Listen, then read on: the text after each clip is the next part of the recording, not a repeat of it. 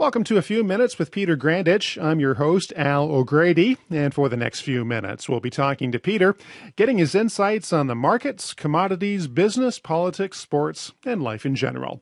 Now, Peter Grandich is the editor of the Grandich Letter, which was first published back in 1984. He has been a market strategist, a portfolio manager of 4 hedge funds, a mutual fund that bared his name, and is widely known for his accurate forecasts and no-hedge markets perspective. He appears regularly on television and radio and is widely quoted in leading financial publications. He's also the co-founder and managing member of Trinity Financial Sports and Entertainment Management Company, an insurance and estate planning firm specializing in servicing professional athletes and entertainers. As always, Peter, welcome back to the program. Glad to be back. Okay. Peter, as always, let's start our program with your latest assessment on the U.S. stock market. What's your take on things right now? I think it's more of the same. I think it's churning here, so to speak, and it would not surprise me, as I said, that we can still move higher towards the old highs as we get later in the year. But as I stated in the yellow alert, that this is a time to use further strength to lighten up in general equities, not related to metals and mining, and to really, my personal goal, and it may even include the metals and mining, but certainly not down here because the shares are the deepest oversold I've seen in 30 years, but perhaps by 2013 to have very little equity exposure. But, we'll address that later in the year in the metals and mining if and when they ever rally. But for general equities, I just think selling into strength is the way to go. Right. Listen, as far as the overall stock market is concerned, I just get this feeling that it's just kind of going sideways and it's just lacking some confidence. Do you find that there's some sort of trading range and maybe the market in general is just waiting for something to actually break out of that range? I think the error to call it a bull market is because there's no volume with it. Volume is very, very low, and on rallies it actually decreases. It's hard for people to imagine, but I have called this the greatest bear market rally in the context of a secular bear market that actually began in 2007. And so while everybody gets excited and say, well, look, since the bottom in 2009, how high it's gone up, the bottom line is we're still off the highs from 2007, and even if we get back to them, that'll be 5 years of going nowhere fast, and that to me is a bear market that's unfolded. So,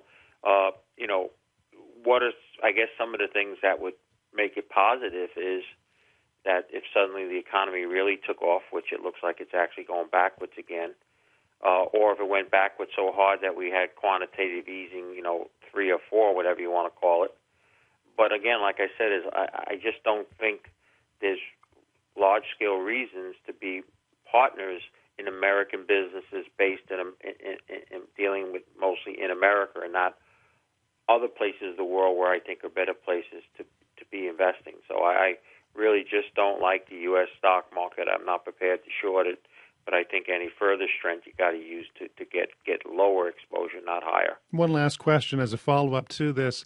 The whole mortgage meltdown back in 2008, do you think it's actually made its way through the market, or is the market in general still licking its wounds over that? I don't think it licks its wound because it gets emotional about it, but I think the economic damage that it caused and the plight it put both individuals and even countries in, it will be for years to come. I don't think we'll just wipe ourselves off and everything will be back to normal pre-mortgage crisis for years to come. That's why as much as it's not hour to hour, even day to day, the European crisis continues, and I just think there's enough people, not certainly enough to that makes me happy about it, but there are enough people starting to realize that, hey, wait a minute, all this that we saw in Europe, and they have this debt problem, and America actually has more debt than all of them combined, maybe it's coming to our shores too. So I just don't think there's any real reason to run out and have a large-scale U.S.-based company American portfolio. Okay, let's move on. Let's talk about U.S. Treasuries. The 10-year is back around 2%. I know at one time you were looking for it to go below 1.75 and also a shorting opportunity. Is that still something you're considering? Oh, if it got back and actually made a new high in bond prices and new low yield around 175 or less, I just think it would be compelling. Again, I think they're the worst investment for the next 10 years. I'm not surprised that they rallied again because the economy's turned sideways and there's still enough money out there that, in Wall Street they claim they always have to put it to work somewhere, stocks and or bonds, mixtures of that, blends of that.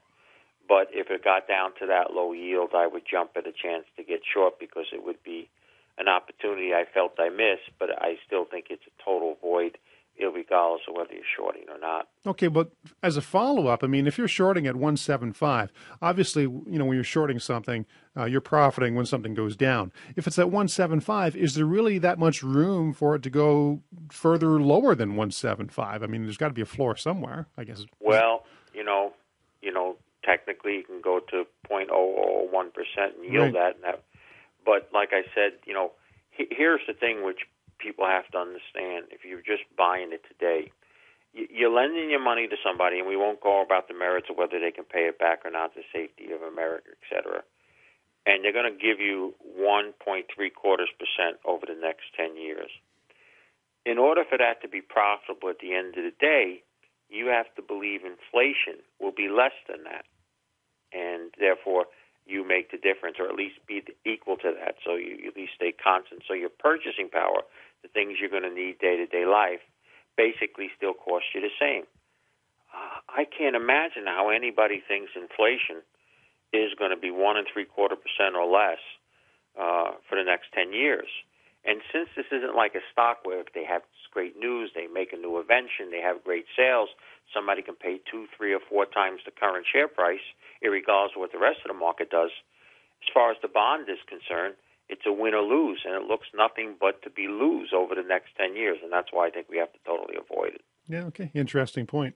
Let's move on to gold. But before we do that, I thought you were pretty gentle on your comments regarding Dennis Gartman earlier this week. What's the story there, Peter? Are you mellowing in your older age?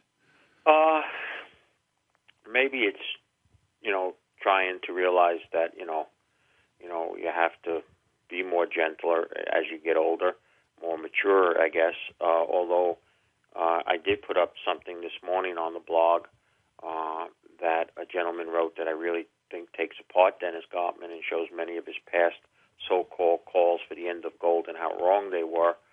But my feeling was that he, and as I said in the article, he's a brilliant marketeer. I mean, when you think of somebody who has a very questionable track record and clearly has been wrong more times than right in the gold market if you follow it, and yet you can find himself everywhere in front of every major marketing media outlet. He's got to be doing something right. It may not be his forecasting, but from a marketing standpoint, he's really good. And while he has a large ego, I remember mine when it was very large. I've often said I used to be the chairman and CEO of the Me, Myself, and I Society. And realistically, when I compare him to who I believe is the ultimate jerk and idiot and all the other words that would be nasty and unchristian-like, he's all right. So it wasn't a matter of going so easy on him. It was like I finished my article. I think what's really amazing about that call is some of us started to think, well, maybe he's going to be right this time. And that's how bearish people have gotten over the gold market. So it wasn't a question of being gentler on him or whether he was deserving or not to be gentler, but it was really more of, oh, my God, that we're even focusing on him to such an extent as the media is, given how bad his record has been. Maybe we're the idiots for even talking about it. Now, when I say we, I don't mean me and you. But. Right. Now, is Gartman onto something? I think in the last 6 weeks, gold has certainly softened, if you will. It hasn't... Not softened. You see, that's the killing part. I just want to check. As we speak, the 30-day change has been $5. Right. And you wouldn't know it because, again, it goes back to the shares are getting crushed, and most of the people who are feeling down on gold also own a lot of shares. And so we really feel hurt, but the actual physical price, is off $5 in 30 days, and in 1 year changed up 150. So, that's part of my argument why I think we're in this bottoming process, and, the next big move is up, not down. And we just continue to see so many Dennis Gartmans out there. Just put in Google, gold recommendation or gold forecast, and you'll just see that people are just knocking themselves over to write bearish articles. And even bullish newsletter guys I know, guys that sell gold coins and all, are like hedging themselves and covering them. Well, maybe it's not. Maybe it is going to go lower. And these are all the things. And then technically, just about every chart that I use, the relative strength on gold and, different technical factors are suggesting there's a very bullish divergence developing, that we actually have higher relative strength, even though the price has come back to the third or fourth time down to these levels. So I don't give much credence to Gartman, other than the fact that he has been, perhaps in my book, one of the best marketeers of getting himself across, especially when you look at his track record in his own fund, how poorly it's done. Yet there he is, just about everywhere you turn. So kudos for that part, and maybe not kudos for his actual forecasting record. Okay, one last follow-up regarding gold. Do you have any price target and a timeline? I know you're certainly, you've made that bet. You certainly expected to greater chance of it passing 2,000 than falling below 1,000. Oh, longer term, nothing's changed. I think what we're seeing here, and what I've emphasized, a few months ago, you and I said the ultimate safe thing for people who are conservative is don't buy it until it gets above 1,800. And in the last several weeks, I said, you got to stay on the defense, which means you don't go on offense and be a very aggressive buyer until we get two closes above 1,700. And, I think that's still good advice. I think if you're concerned and not certain what to do, you hold your buying power until we get two consecutive closes above 1,700, or a breakdown, which would really create anger and disgust towards 1,550. And best, if neither of those things happen, not to do anything here. My feeling is we're just tracing out a very good intermediate to possibly long-term bottom in gold, and setting the stage, as we did in 2008, for another big leg up. So, and I especially like the action in silver as well. It's confirming these bullish divergences, and therefore I think they could both go up in tandem. Okay, let's move on to U.S. currency. It seems the U.S. dollar has gone into one of the tightest trading ranges in many years. Is this really the calm before the storm? Yeah, it's interesting. And again, with so many bulls out there and record levels of bulls in 10 years, it still really can't poke its head and keep it above 80 on the U.S. dollar index. And while not yet declining, the fact that we've known so many people have already turned to the bullish side, who's left? And one of the things that eventually develops in commodity markets in particular is stale bull selling, when people are very enthusiastic about a market going somewhere, but for several months it goes nowhere as fast. They tend to become what's called stale bullish, and the first sign of going bail. So that's kind of what I continue to believe is going to be the move, but it is extremely tight, as you say. Now it's trading within less than a point on the U.S. dollar index, which also says that we're getting very, very close to a major move as well, and we'll just have to see which way it goes. Okay. Oil continues to hover around your $100 bottom, and natural gas has broken below $2. Is this a good news, bad news thing? I mean, I thought the two went hand in hand, but that doesn't seem to be the case right now, does it? Yeah, it used to be, but there's such an overwhelming supply of natural gas. Although I think here in the U.S., I can't speak for Canada, seems to be a serious movement to perhaps stall or reconsider or stop, in large part, fracturing gas exploration. But having said that, even if that happened tomorrow and we stopped all the wells, we still have such an ample supply. There's just no near-term solution to that oversupply other than, letting up on exploration and allowing the oversupply to work through the market. On the other hand, oil just continues to trade with a big premium versus where it should be based on supply.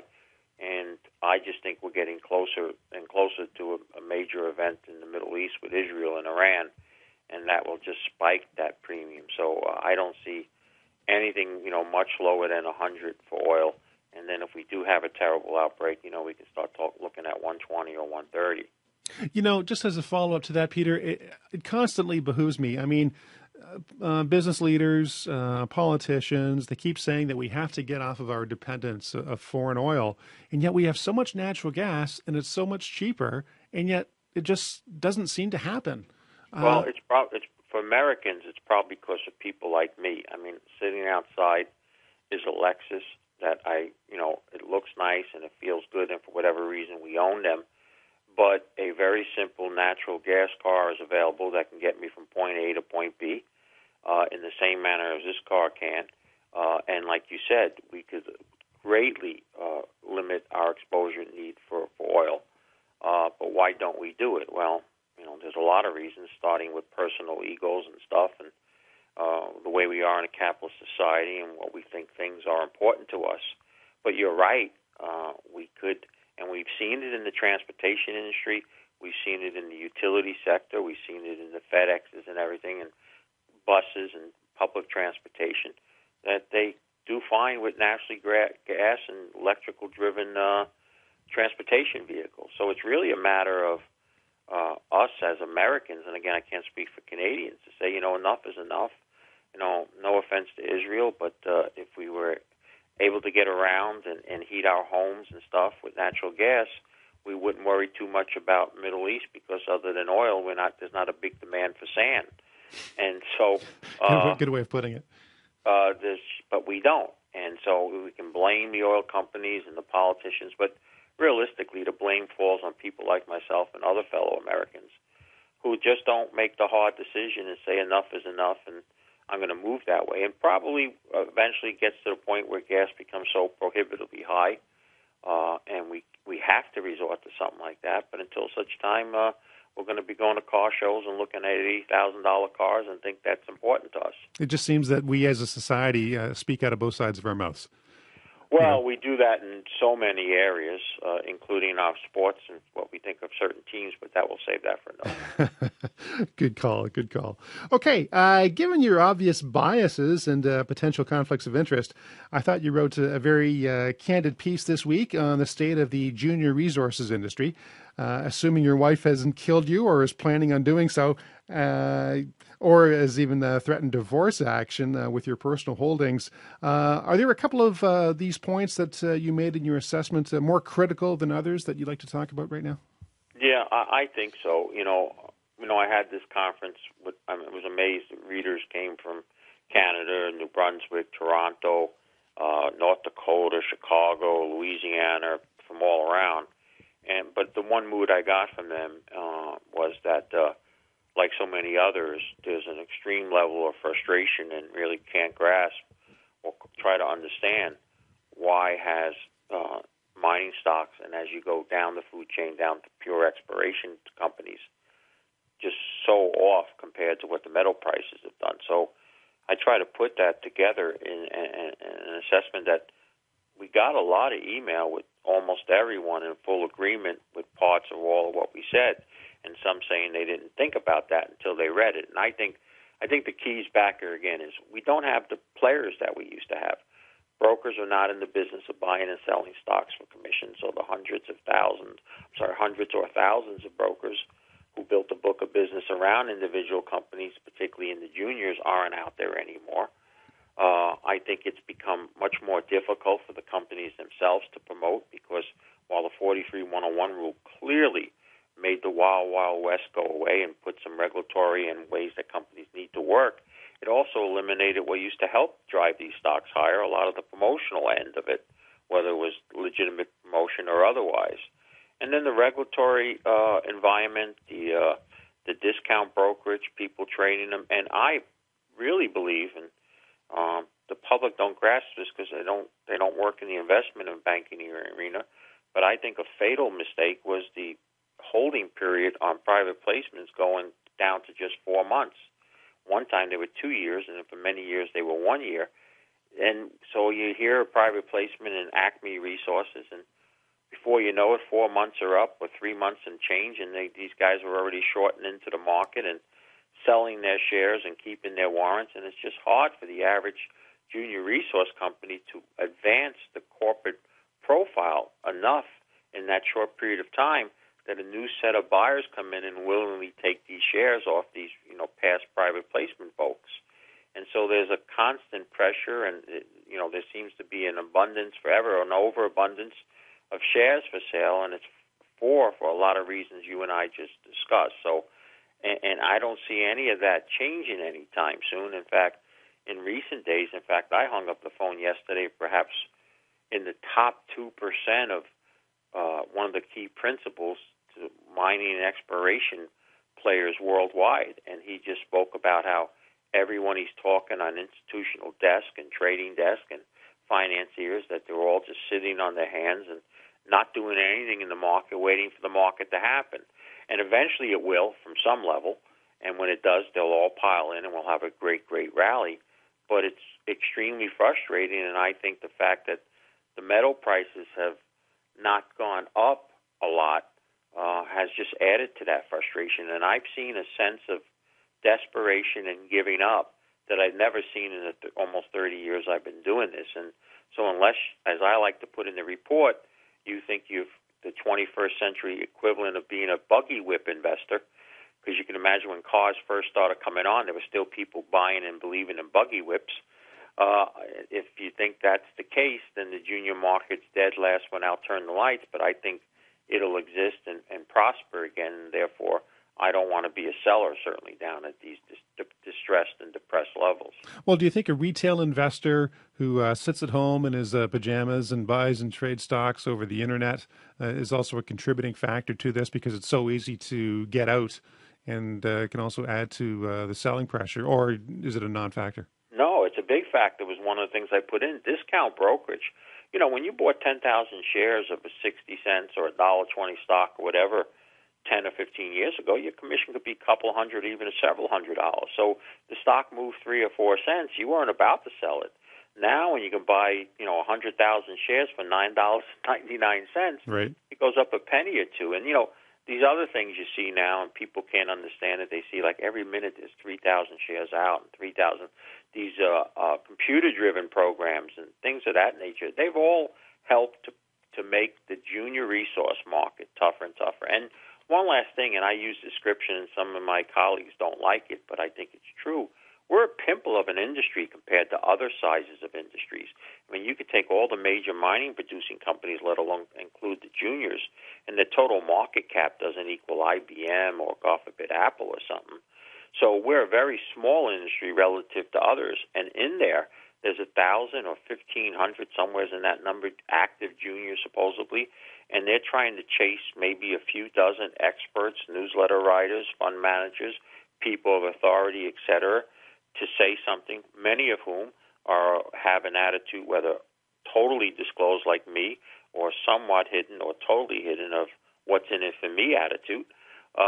It's very difficult for a junior mining company to get traction and move forward here. So when you take all those things, plus the metal prices not moving up substantially, it's a tough sled now, more so now than 10 or 15 years ago, despite metal prices up anywhere from 100% to 500%. Okay, talking about junior resource companies, any junior resource companies on your radar? Any individual ideas that you do like? I just posted, about Alderon and Orman. I mean, here Alderon just announced that China's largest steel company, the world's second largest steel company, just bought 19.9% of their stock at $3.42. They announced a few days ago, and it's trading under $3. And I basically said, who's stupider, the people that sold it down to under $3 or the Chinese that did this? And I'm betting that the people that sold it down are. Orman came out, Exploration, another client of mine, and gave a full update, and again even disclosed that they've hired an investment banker and named it. And, it's selling at the bottom of its range. And, these stocks have pennies risk to the downside and multiples of that to the upside. It really don't matter where you look. Donna Metals, now, coming a producer past all the financing stage, selling lower now than it has in quite a bit. Heatherdale Resources, I put out a thing earlier this week. Northcliffe Resources is probably one of the few benefactors of this decline, because they were able to take out the stake of a project that they didn't already own at a very attractive level, because that partner that owned that just couldn't afford to dilute so hard to finance their end. Again, Spanish Mountain Gold. They announced Jimmy Rogers joined their board. Jimmy Rogers didn't need a million options of whatever 40-something cents on Spanish Mountain Gold to change his life. If you know who he is and what he exists, to join a board like that, to take the risk of being a board member, and et cetera, is suggesting to me that Spanish Mountain Gold is very, very attractive. But try telling that to anybody right now. I mean, one of the things I think that's happening, and we are seeing a real throw in the towel mentality, because you can see it in the trading of the juniors. 2,000 shares, it's down 3 cents. Another 4,000 shares is down another 40 cents. There's just no bids, and people willing to sell it at anything just to end what they feel is their suffering. And that's why I suggest we're at a major turning point, and those are the things needed to put in a major bottom. So you can throw a dart almost at juniors now, whether they're Grandage clients or other companies, stocks that trade on the tracking list, what have you. And just selling down here makes no sense. And if one is fortunate enough to have buying power and can be a speculator/gambler, you need to step up here. Okay. Peter, that's it as far as the formal questions are concerned. We got some extra time. Any parting shots? Anything that you like to talk about outside of business? If you want to talk about politics, sports, religion, anything that's on your mind. Any final thoughts? Who will be still playing by the next time we record? Will it be the Devils, the Rangers, the Canucks, all three of them, or none of them? What's your opinion, man, who roots for Toronto Maple Leafs, who are playing a lot of golf right now? Hey, I'm not a Toronto Maple Leaf fan. I know. I'm not to me, I've always been a diehard Boston Bruin fan because the greatest hockey player of all time was and still is number 4, Bobby Orr. And I was just in seventh heaven when the Bruins won the Stanley Cup. Now, they're doing pretty good against the Washington Capitals. They're holding their own. And so my heart's still with my Bruins. So who was going to be by the time we record next? Will the Devils, Rangers, Canucks all be in, or one or more of them be out? Well, I think the Rangers will be in. Not sure about the Devils. And the Canucks, I think they're getting a scare, but I think they'll make it to the next round. You think they'll come back and win the next 3? Yeah, I do. I can't say anything. Someone wrote to me and said, I can't believe it. When you first wrote at the beginning of the season that you will not say anything derogatory about the Canucks, I didn't believe it, the guy said. But you really haven't. The only thing you noted in your report that some of them fans may be suffering like the juniors. And it's been an amazement, and I don't know how I've managed to do that. But I'll tell you this, if they do come back, then they are my favorites to win it. But I don't think they will. But if they do come back and win, 4 in a row after losing the first 3, I think it's clear sailing for them. But I'll tell you this, I think if they come back, you'll never see anybody goaltending them for the rest of the series except, Schneider. The other guy is done. Well, I think you're right on that point. I do think you're right on that point. But that's the one thing about sports. I mean, comebacks, they make it fun, and that's what sports is all about. It's a diversion. It's entertainment. Well, unless you're a Dallas fan, then it's not much. And by the way, I love my wife. I'm hitting the big 50 this year. And as a 50 birthday present, I've got tickets. I'm seeing the Cowboys and Redskins on Thanksgiving Day. Wow, in Dallas, right? In Dallas. I'll make the trip. I can check that one off my bucket list. Wow. So, well, congratulations. And, this could be another great 8-8 year for yourself. Do well. Hey, the Giants only went 9-7 and yet still managed to win the Super Bowl. Super Bowl 2008. Yeah, but we live in the present, not in the glory days of 30 years ago. Well, overall, the Cowboys have won 5 Super Bowls, and that's 5 more than what a lot of other teams. They have. wear helmets when they won. Yeah, they did, and face masks, and face masks, and everything. And a lot of things the Cowboys did, a lot of other teams have copied. Okay, I got you. So there you go. On that note, I think we'll say goodbye, Peter. All right, buddy. Thank you. Okay, always a pleasure. This interview appears on my website, corporateinterviews.com. It can also be accessed on YouTube and iTunes. Just type in Grandich in those respective search engines to not only access this interview, but interviews that we've done in the past. If by chance you have any questions for Peter, by all means, send me an email. My email address, very simple, al@corporateinterviews.com.